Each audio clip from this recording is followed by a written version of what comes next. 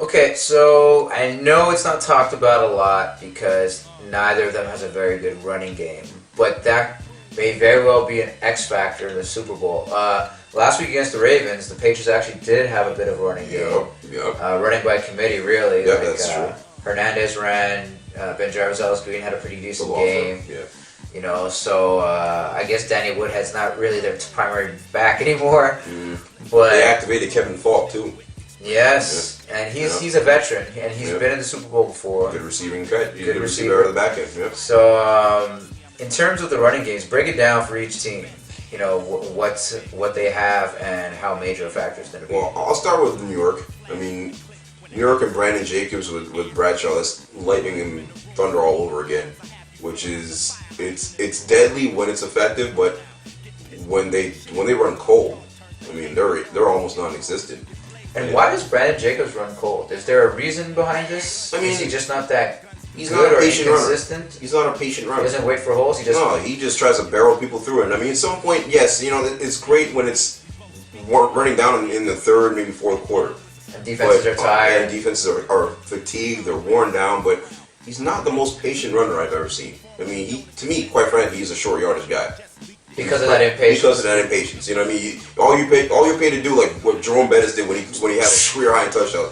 Bam! Right in the middle. You know, just forget about it. Who cares? Jump, barrel if you have to. I mean, you're 270. You're going to hurt somebody when someone's trying to tackle you. But Bradshaw's the key. I mean, if Bradshaw can find those lanes because he's a more patient runner, better runner, fomulitis is the issue. Yeah. You know, which is scary. You know, Tom Coughlin, you already know he's got enough gray hairs as is because of those issues. But yeah, he has to be the key. You think maybe they should ask Tiki Barber to come back for one game? Ouch, that's just disrespectful, man. That's just disrespectful. Oh, man, the fact that he tried to call Tom Coughlin, too, just to resolve the issue, and Tom Coughlin wasn't having it. So, the running back situation, it's Bradshaw. As much as Jacobs can hurt you, Bradshaw will hurt you with his all-around game, because not only is he a good runner, he's a great receiver as well, out of the backfield.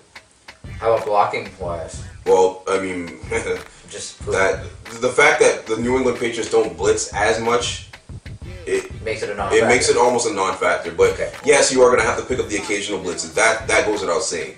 But forget just one-on-one. If Vince Wilfork gets anywhere between the creases and tries to kind of run down Eli Manning, forget it. You're not going to even try and low bridge him. You're not going to try and go in front of him. Brandon Jacobs isn't that stupid to do it. So I mean, forget about it. But they won't have to worry about that as much. I think their main concern right now is making sure that they find those. They be patient in the holes because they're gonna happen.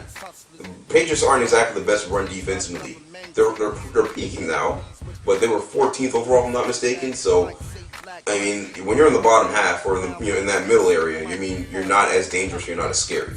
So there are ways that you can run the football in the New England Patriots, but you have to set up with the pass as well, just to open those holes and back off the linebackers. All right, so the pass is gonna start the run from New York. Yeah, exactly. That's why I think it's gonna be the key is just. Use the pass, you know, keep them honest, keep those linebackers back, set it with the run.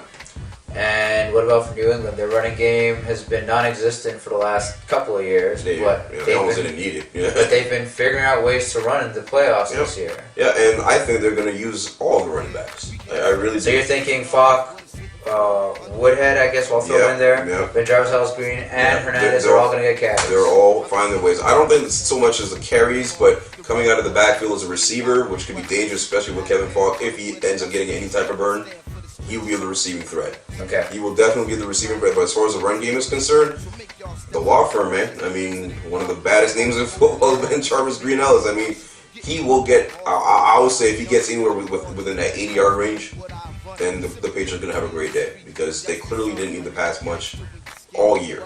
I mean, they didn't need to run much all year. Okay. And for them, the pass also sets up the run. It's just that the pass is so much more efficient because you have one of the masterminds running the quarterback position. So it's gonna be interesting to see how they use Ben Jarvis-Green Ellis along with Danny Woodhead.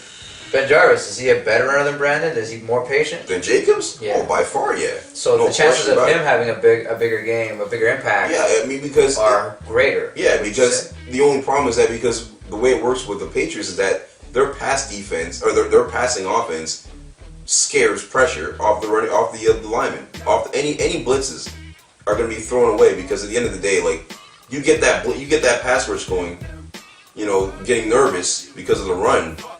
They're not going to be willing to just break out and jailbreak on you anymore. They're not going to do it. Yeah. And that's what's going to be key. That's why I feel that Ben Jarvis Green Ellis will get his carries, and I think he will get about 80 yards in the game.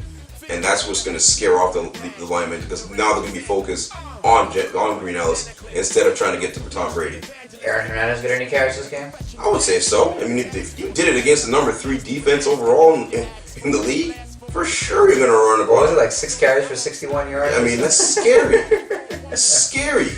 It's unheard of against the Baltimore Ravens that a tight end is going to run all over you, and then did it again the week before. So I mean, he will get some carries. He's going to really, the trickery that Bill Belichick does, it's insane. The man is a mastermind in the NFL, and there's a reason why they've won 4 Super Bowls and going for a 5th. They won 3 and going for a 4th, or 4 going for a 5th? Oh, my bad. 4 going for a 5th. Yeah. No, 3 going for a 4th. Yeah, 3 going for 4th. My bad. Man, the mistakes that you make. I'm saying, man, I'm tired. I took a nap so I can watch the Clippers game. Don't judge me.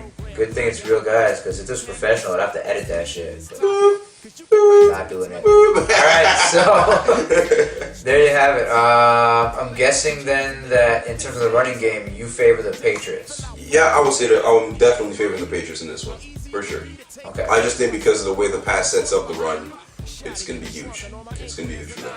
Alright, cool. So there we go. Yo, hands up against the wall and spread them. Opposition out.